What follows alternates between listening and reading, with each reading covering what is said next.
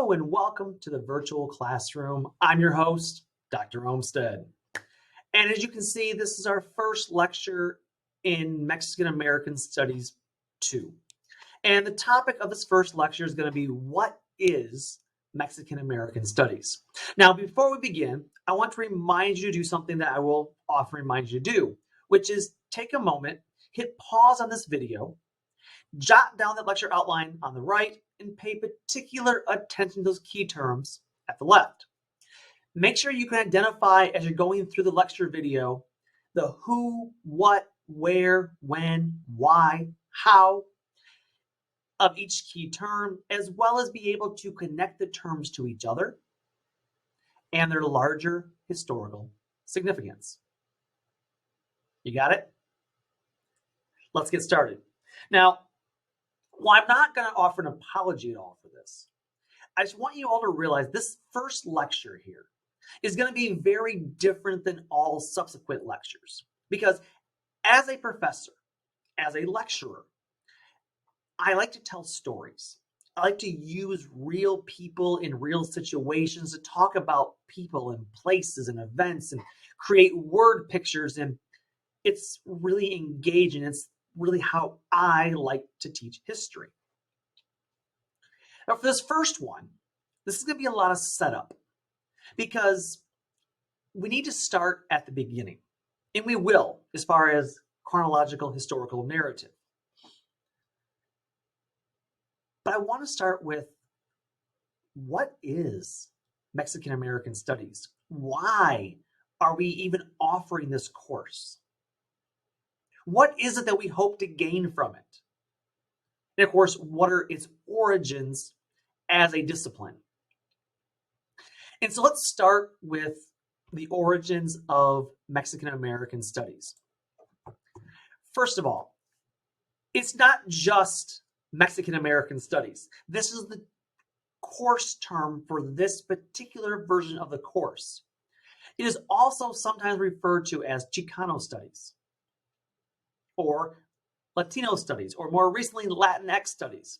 Now, of course, the difference here between, say, Latino or Latinx compared to Chicano or Mexican American is, what this means is the specific focus is going to be on those of Mexican origin, or of a Mexican cultural past, or of Mexican citizenship at one point, or descendants of Mexican citizens, versus Latinos and Latinx, which would be more encompassing, but some we'll get to in a few minutes. So, originally, Chicano studies and Mexican American studies can trace its origins back to the late 1960s, early 1970s, as an outgrowth of the Chicano movement.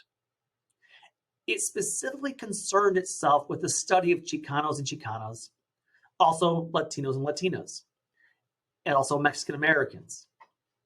It drew upon a variety of fields, including but not limited to history, law, political science, sociology, the arts, critical theory, and even anthropology and archaeology.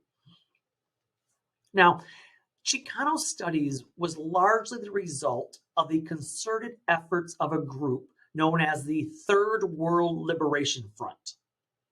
The Third World Liberation Front was a cohort of students who launched a strike at the University of California, Berkeley in 1969, which ultimately would result in the establishment of the first ethnic studies department in the United States. The Third World Liberation Front was composed of the Mexican American Student Confederation, the Asian American Student Organization, the Native American Union, as well as the African American Studies Union. Now, that same year at San Francisco State University, students would establish a second ethnic studies program following a strike there by the Third World Liberation Front. Now, central to the Chicano Studies program, it stemmed from what became known as the Plan de Santa Barbara, which is generally considered to be the manifesto. It was drafted in 1969 by students at University of California, Santa Barbara. The plan emphasized the need for education, especially in higher education, as well as community empowerment. And for many in this group, these things went hand in hand. Like, if you want to have community empowerment, you need good education. You need good education so you have good community involvement, empowerment. And for this reason, many Chicano studies programs will place a great value on community involvement, community reach outs, in addition to more traditional forms of research and education. At present, in many universities across the United States, Chicano study is linked with comparative ethnic studies and other ethnic study fields, including African American studies or Black studies, Asian American studies, Native American studies, and now more recently, immigrant studies and queer studies. The goal of Chicano studies among other ethnic groups is not to engage Latinos or Chicanos or Mexican Americans as a separate outside ethno-racial group in the United States. So the goal is not to separate. That's been one of the critiques lobbied at ethnic studies programs in the 21st century, especially in the last decade or so. It's not about trying to separate and segregate, not trying to highlight as a separate group. Ethnic studies is not about that. Ethnic studies programs, in this particular case, Chicano studies, was it always meant to talk about them, that ethnic group, as part of the larger U.S. American experience.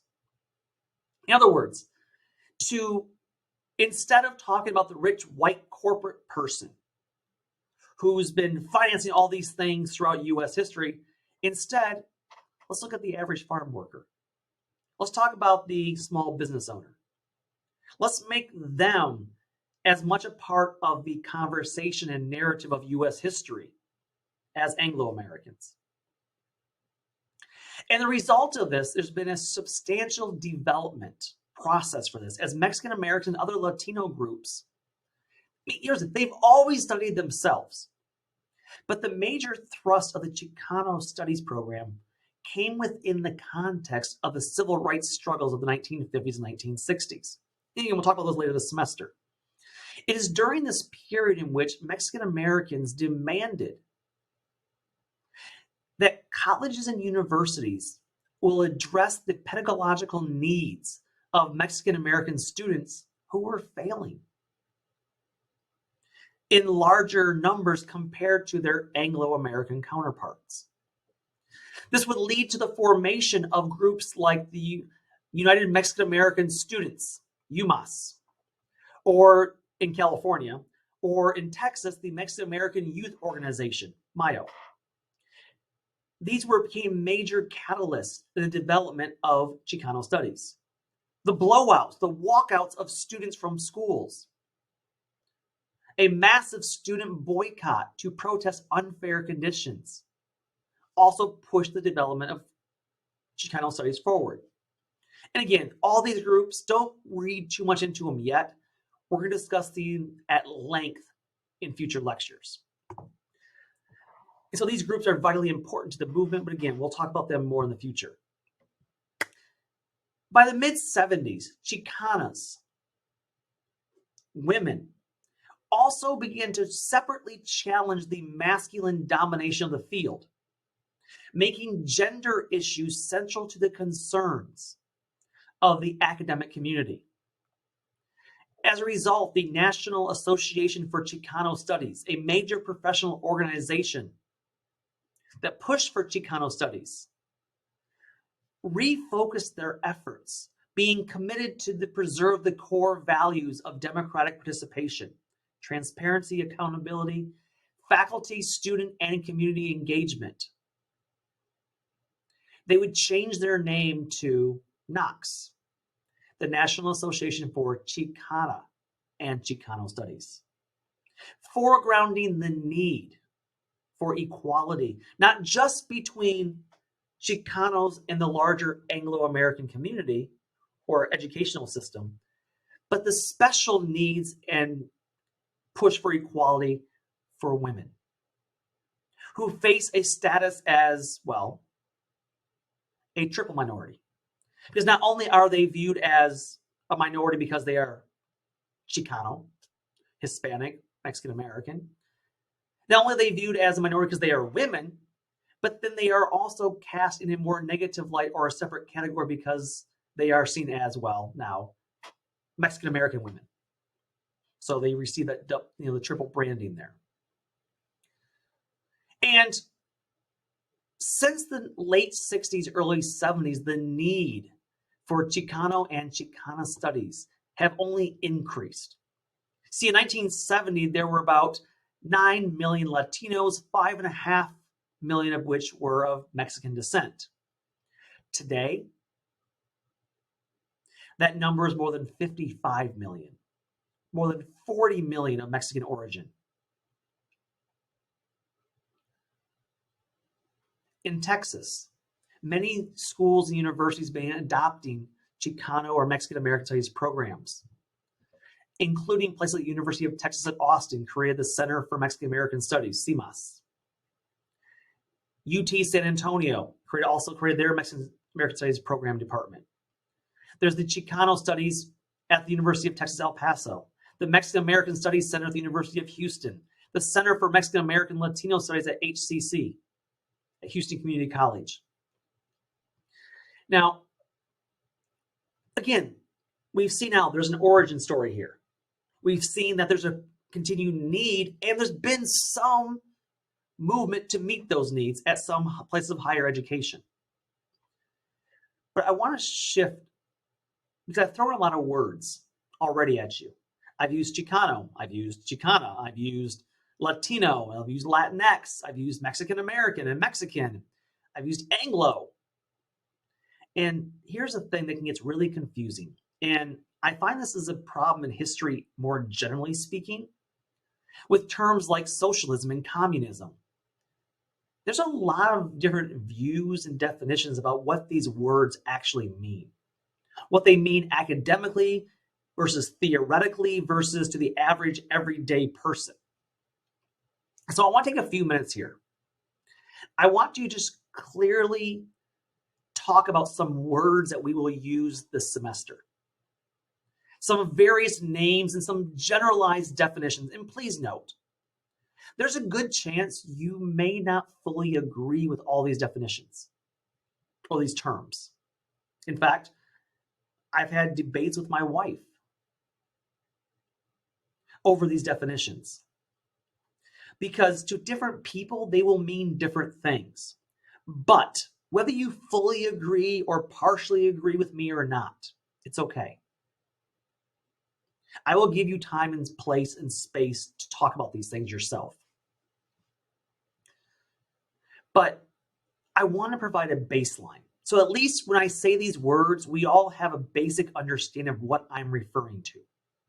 In this way, when we use them, we can all have the same basic understanding of what I'm talking about. So let's start. Mexican. Generally speaking, when I use the term Mexican, I'm either number one, referring to nationality, citizenship. So on the one hand, there's a citizenship question component to this. Are you of Mexican citizenship? It implies nationality. Now, you will also see where oftentimes when I'm talking about, say, government documents, they will refer to all people who have darker brown skin or who speak Spanish as Mexican. In fact, you'll have a paper later this semester regarding how Anglos will define the Mexican. And so this term, especially through the 1920s and 1930s, was very prominent even to self-identify because they believed they were of Mexican descent. The second term on the list, though, is Mexicano. And of course, this obviously translated wise, it's Mexican and Spanish, right? And because it's in Spanish, it can seem as an emboldened term of self-identification. This is more of a young person type of term. A new evolution of the term Chicano we'll talk about in a minute. The idea that someone's proud to identify themselves as of Mexican ancestry and can do it in Spanish. That's one definition of it. It's a self-identifying term. But I want to add one more definition to this. And this is a term that I will use most often in this course, especially when discussing things that are from the beginning of the course through about the 1960s. Now, once the Chicano movement begins in the 1960s, I will switch to using the term Chicano. There are also times when I will specifically use the next term, which is Mexican American, but I'll talk about that in a second. The term Mexicano, though, is a term that I've embraced as a scholar, as a researcher, as a historian. Because what I find most often is it's a good term to use. I'm not the only one. Because when I'm writing my dissertation, or I'm writing an article, or I'm talking about a historical situation, I'm talking about a person in history.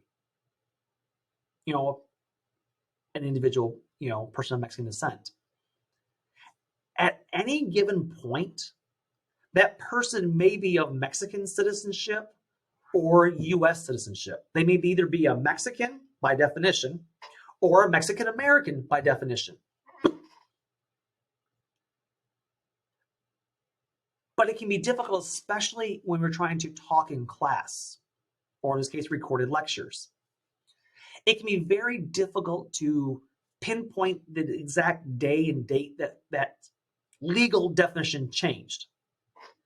So instead of relying on the legal citizenship definition between Mexican and Mexican American, I will often just use the term Mexicano. In this way, I don't have to pay attention to when that citizenship status changed, that legal definition. Because the reality is, for most of Anglo America, they really didn't care whether you were technically a U.S. citizen or not. They lumped them all together as being, Mexican. And so by using the Spanish form of the word, I'm able to, A, make it more self-identifying, provide them with more agency, historically speaking, and basically ignore the fact it doesn't really matter, for the most part, what their citizenship status was. They were living in the United States, and therefore, they are here. They are Mexicano. Now, when it matters, such as if I'm talking about the World War II fighter squadron, the La Azteca, Air Force group, they were Mexican.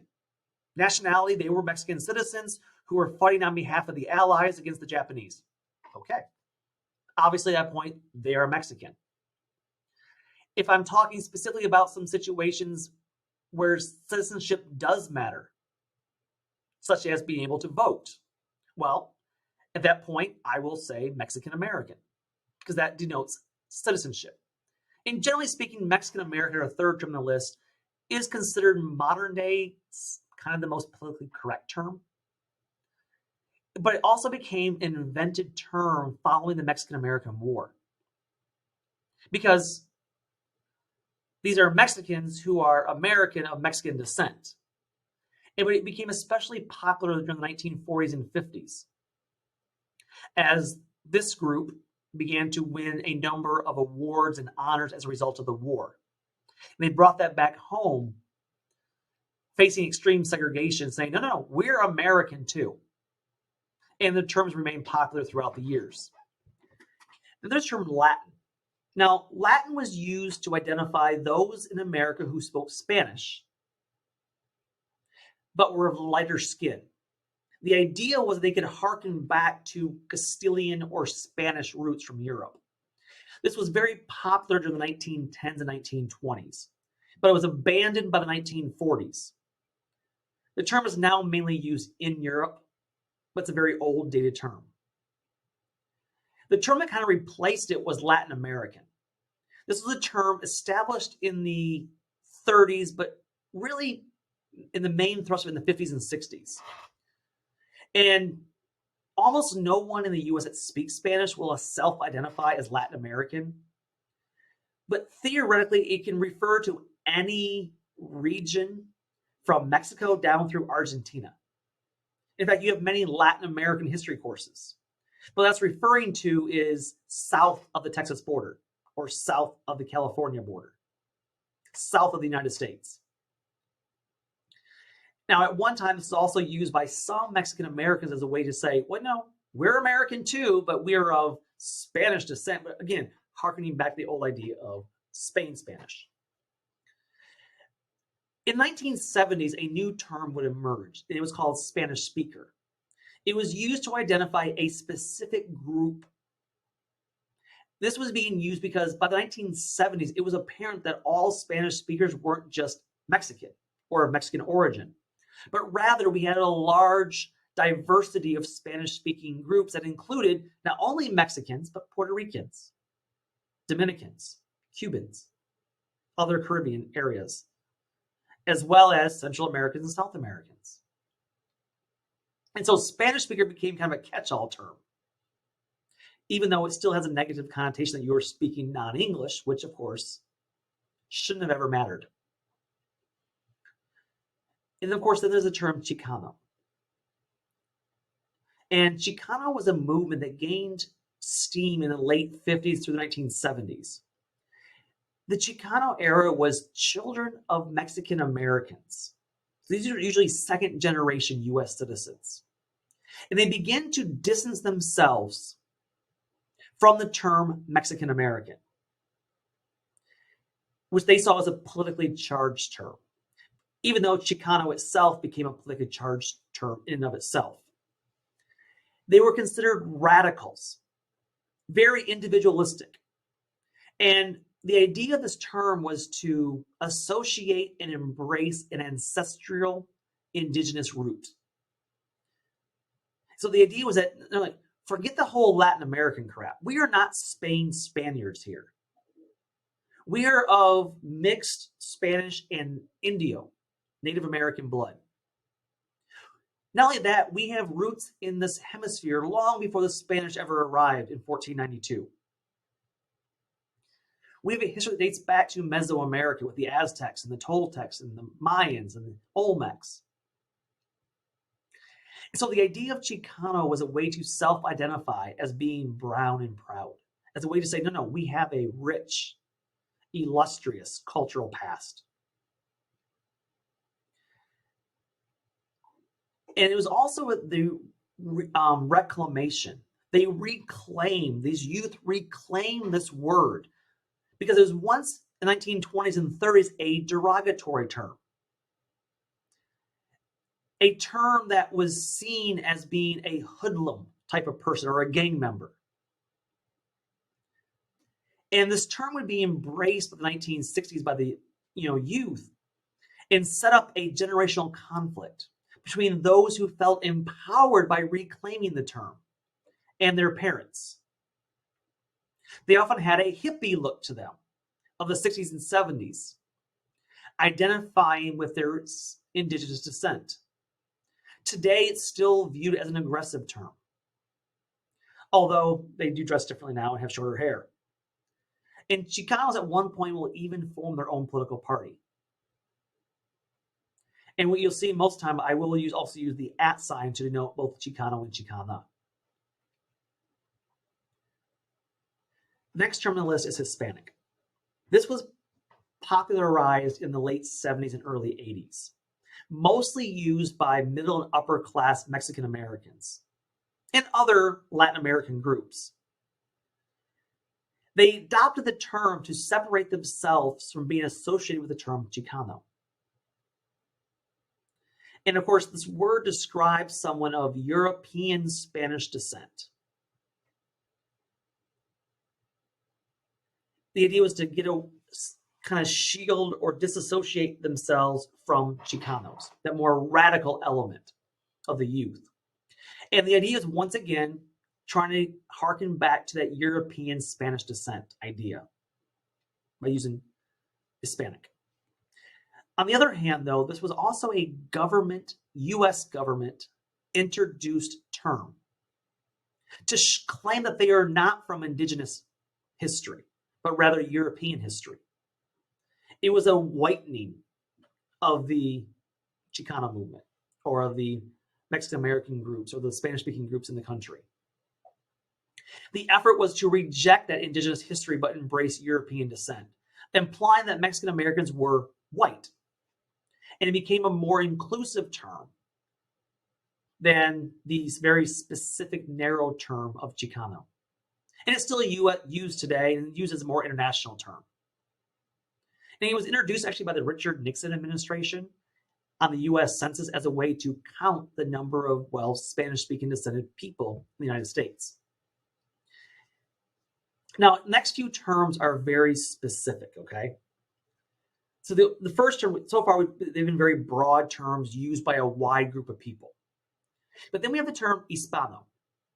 Again, the direct translation of Hispanic in Spanish. But this was a very regional term that was used, generally speaking, in the 1800s, usually associated with Spanish-speaking New Mexicans.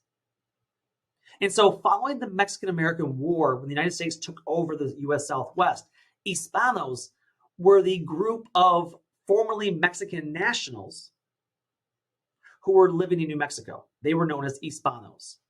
Likewise, in the 1800s, in Texas, Mexican Texans, Spanish-speaking Texans were known as Tejanos.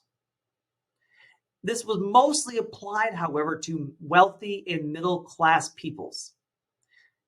Tejanos fought at the Alamo and died. Tejanos would help Texans secede from Mexico and win the War of Independence. And largely, it still kind of acts today as an umbrella term for Spanish speakers in Texas. They're Tejanos. And then there's the term Californio. Again, this was a Spanish-speaking person from California, once again, after the Mexican-American War. Again, like Tejano, like Hispano, these were largely middle and upper-class peoples. But now it's kind of been used to denote someone from California. So those three are very region-located terms, whether from Texas, New Mexico, or California. Then there's another word known as la raza, the race, the cosmic race. It became popular in the 1960s and 70s and used to identify a kind of subgroup of Chicano movement known as the people. It now encompasses a term. It means Spanish speakers in general in the United States. But at first, it was very specific to the group of young people in the 1960s and 70s who wanted to, again, highlight back to that generational idea of an ancestry dating back to the Aztecs and the Mayans. As well as it became a term that they would use to promote Mexican-American civil rights or Mexican-American equality in an era in which staunch segregation and racism kept them from equal opportunities. Now, the last two terms on the list are Latino and Euro or Anglo-American. So Latino, Latina, Latinx. This has become the most common and newest umbrella term to identify Mexican Americans as well as all the other Spanish-speaking groups that live in the United States. It was a term, unlike Hispanics, that was created by the Mexican people themselves. And it was said that they inhabited both European and indigenous descent, and African descent, and even some Asian descent. This becomes one of the more politically correct terms, most inclusive terms, and includes people from South America, Central America, and even some from Spain. Now, traditionally it's been Latino or Latina.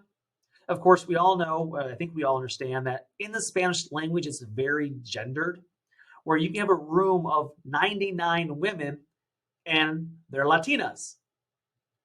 But you bring in one male and suddenly it now becomes masculine Latino or Latinos. And so the new term has been used as the gender neutral X. So we now get Latinx as a way to kind of de-genderify the language, though even that is problematic and arguments have largely ensued. So that's, again, a whole separate issue. And the last term is Anglo or Euro-American. And basically these are synonyms for the word white. Though understand that the definition of white is constantly changing.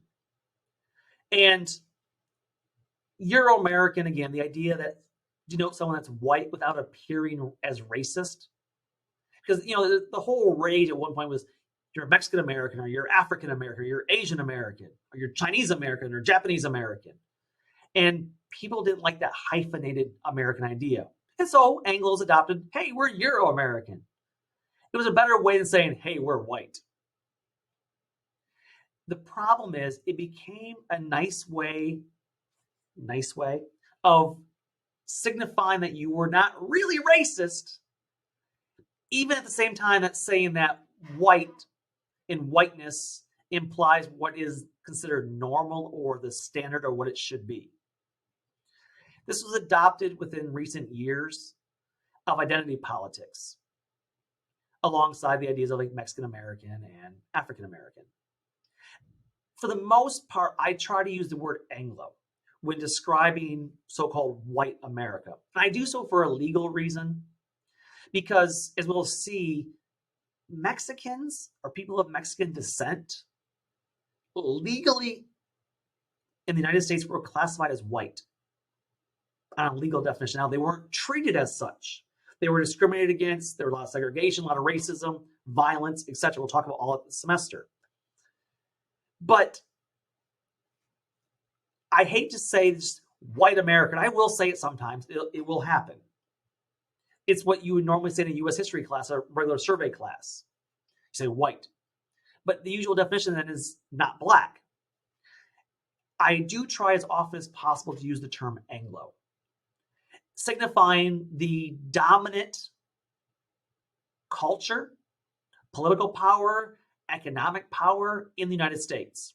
Now, the implication is they are white and light-skinned. But who was allowed to become accepted as Anglo does change over time.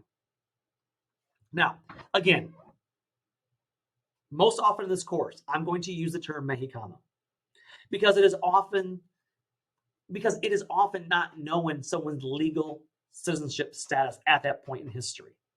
Instead, I will reserve the terms Mexican and Mexican American for wanting to specifically denote a person's national origin or citizenship status.